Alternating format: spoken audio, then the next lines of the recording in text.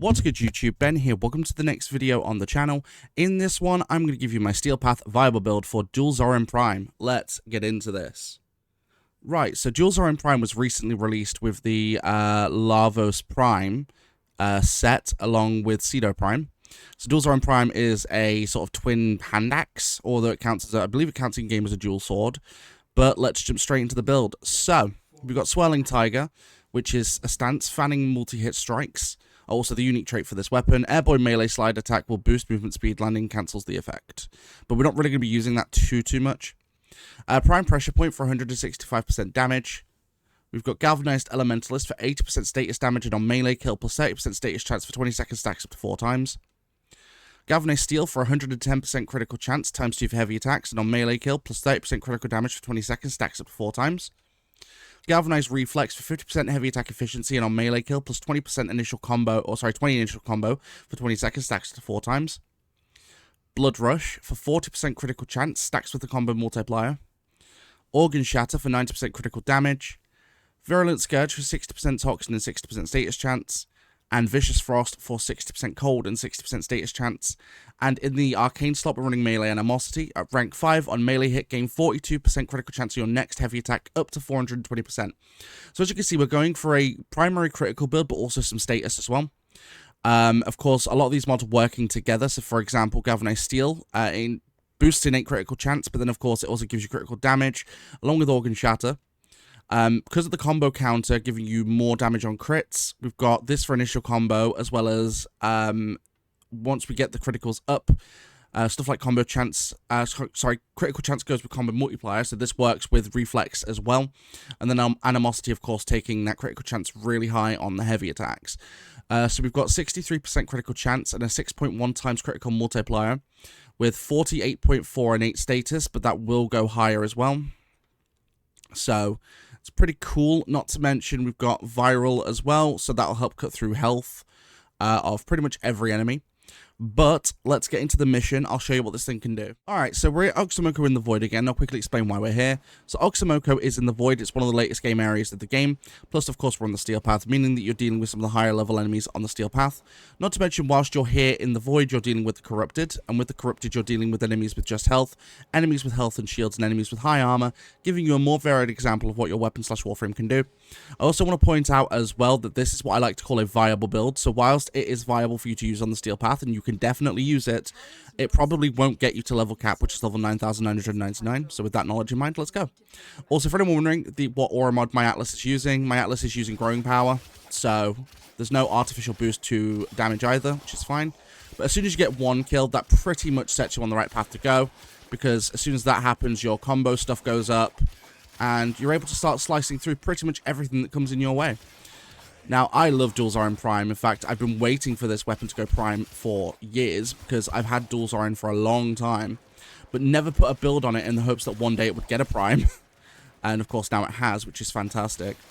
I'm also in the process of farming Lavos and Cedo, so expect builds for them hopefully soonish, but depending how long it takes me to farm them. As well as, I think the next Warframe build I'm doing is a rebuild for Mirage Prime. I've got a really cool Mirage build, so I want to share that with you guys, because Mirage is awesome.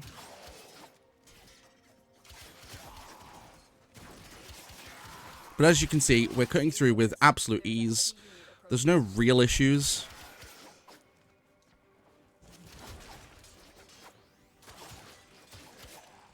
For everyone wondering as well, I've got my focus farm on, but it's on my Atomos, which is of course my secondary weapon, not my melee, so in case anyone was wondering. But yeah, we're pretty much home free to basically just hit through. Now, Eximuses, I'm just going to sit here and do that, and it's pretty much gone. There we go.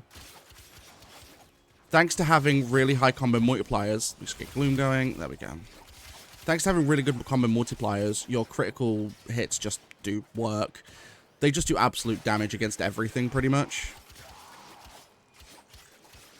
And of course, thanks to having viral along with a bunch of slash, if you don't take out really quick, you're more than likely going to take them out over a set amount of time anyway, thanks to having that slash damage hit away over time, which is great.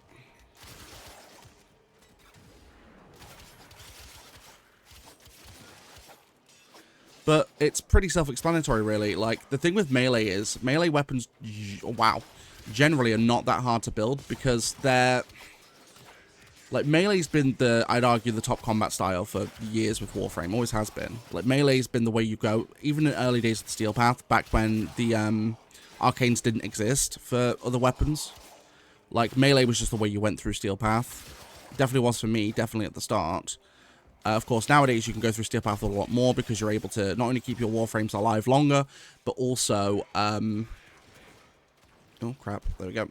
But also, your primary, secondary weapons also do a lot more work now too.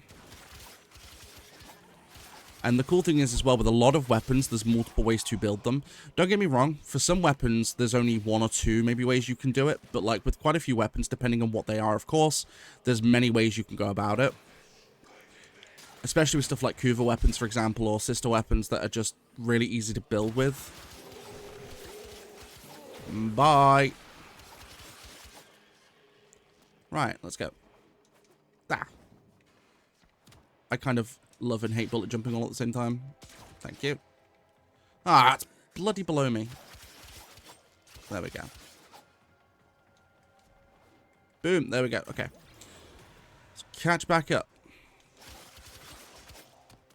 Now, the cool thing is, with the mod and arcane setup we've got, if you don't take anything out for a little bit, you'll still remain on a 5x combo multiplier, which is awesome. Because you want to stay on that for as much as you can for your heavy attack efficiencies, not to mention your heavy attack damage, because your heavy attack crit damage goes up based on your combo multiplier.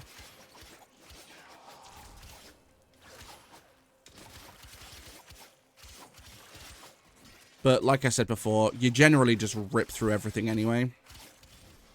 Beautiful. There's the Acolyte. Quickly take out these guys as fast as we can. Thank you. Hello. And goodbye. That's how easy it is to take out Acolytes with this setup. You can take them out pretty much instantly. It's like, hello, and goodbye. Bye. I love taking out Acolytes with Dual Zoren Prime. It's just so fun. They're all...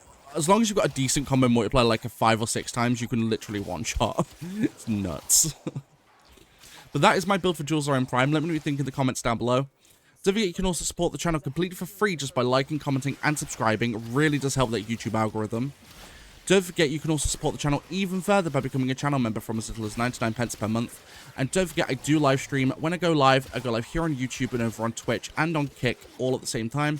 My streams here on YouTube are in the shorts form feeds, more for mobile. If you want to catch the exact same streams at the exact same time in full 1080p, then feel free to join me on Twitch and on Kick. Those links are in the description below.